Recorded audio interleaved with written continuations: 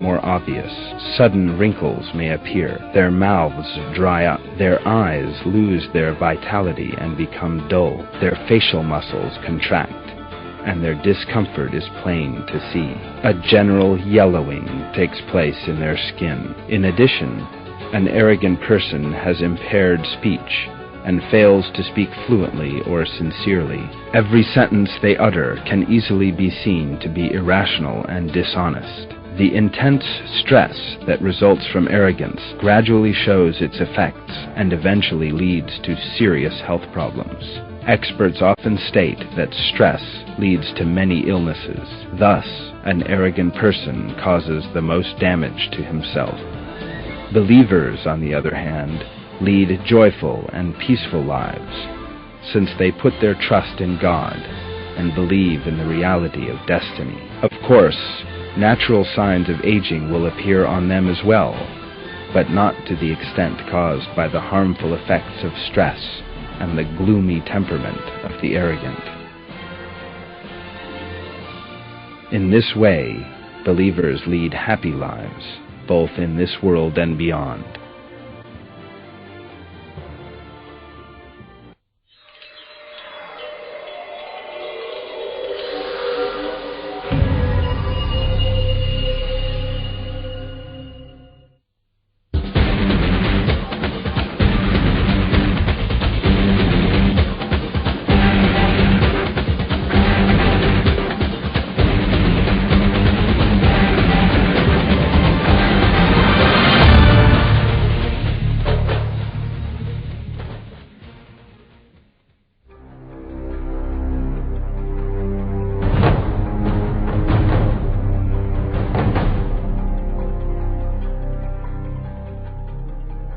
Throughout history, the arrogant have relied on their riches, power, and dominion, and sought to be the only leaders in society.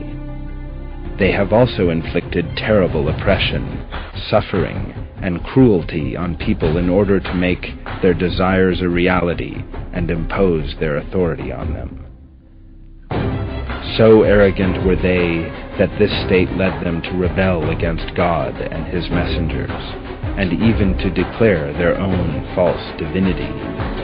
God is surely beyond that. One can see how the leaders of the arrogant, who have existed in every age, have waged an open struggle against God's verses and messengers and against believers.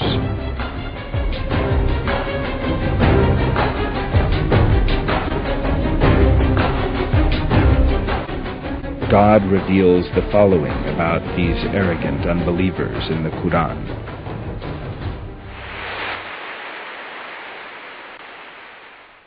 Certainly, those who argue about the signs of God without any authority having come to them have nothing in their breasts except for pride, which they will never be able to vindicate.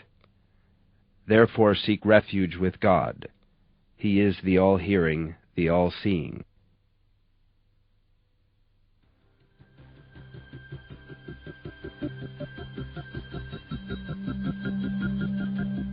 The fate of these arrogant unbelievers from history, both in this world and the next, is set down in the Qur'an as a deterrent to others. One of these cruel unbelievers who rose up against God in his arrogance was the ancient Egyptian ruler, Pharaoh.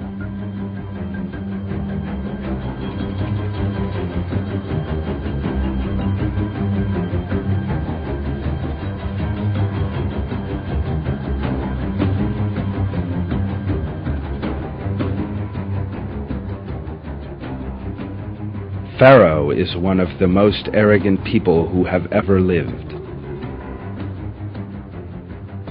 In his cruelty and pride, Pharaoh regarded himself as a deity. God is surely beyond that. During his reign, he imposed a system of slavery based on oppression on the children of Israel.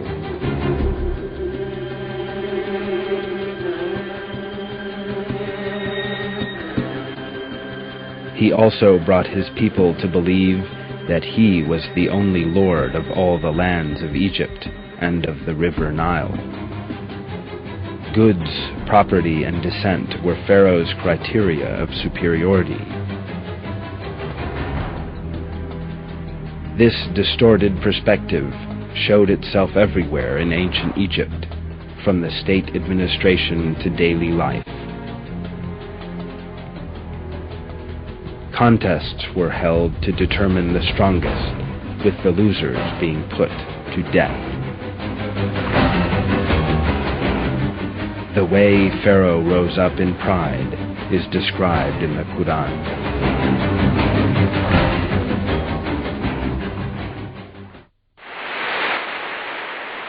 Pharaoh called to his people, saying, "My people, does the kingdom of Egypt not belong to me? Do not all these rivers flow under my control? Do you not then see?"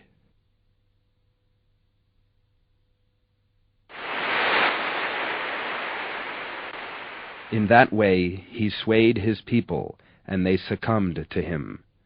They were a people of deviators.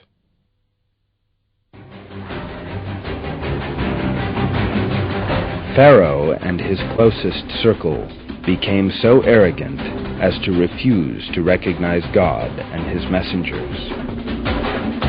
So arrogant were they that they even mocked the messengers and verses of God. Yet in the end, the reward of Pharaoh and those who went along with him was terrible loss, humiliation, and suffering.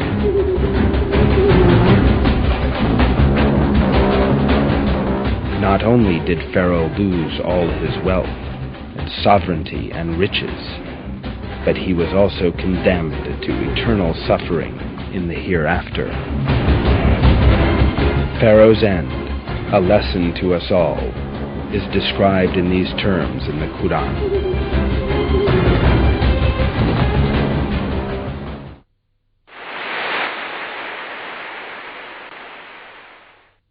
To Pharaoh and his ruling circle. They followed Pharaoh's command, but Pharaoh's command was not rightly guided. He will go ahead of his people on the day of resurrection and lead them down into the fire. What an evil watering hole to be led to! They are pursued by a curse in the world and on the day of resurrection. What an evil gift to be given!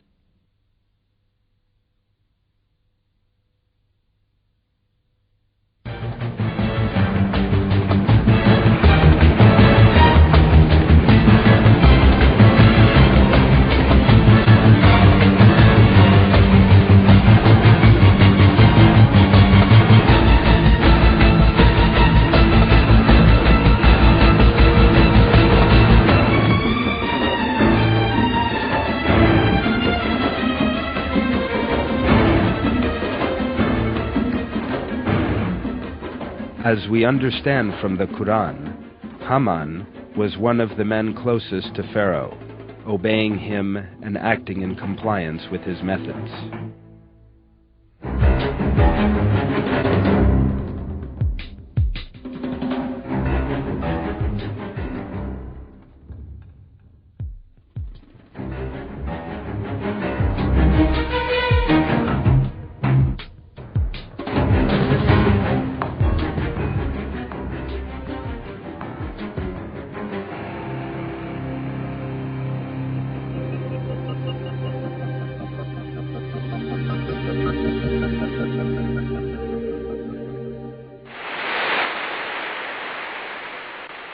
And Qarun and Pharaoh and Haman, Moses came with the clear signs to them, but they were arrogant on the earth. They could not outstrip us. We seized each one of them for their wrong actions. Against some we sent a sudden squall of stones. Some of them were seized by the great blast. Some we caused the earth to swallow up, and some we drowned. God did not wrong them, rather they wronged themselves.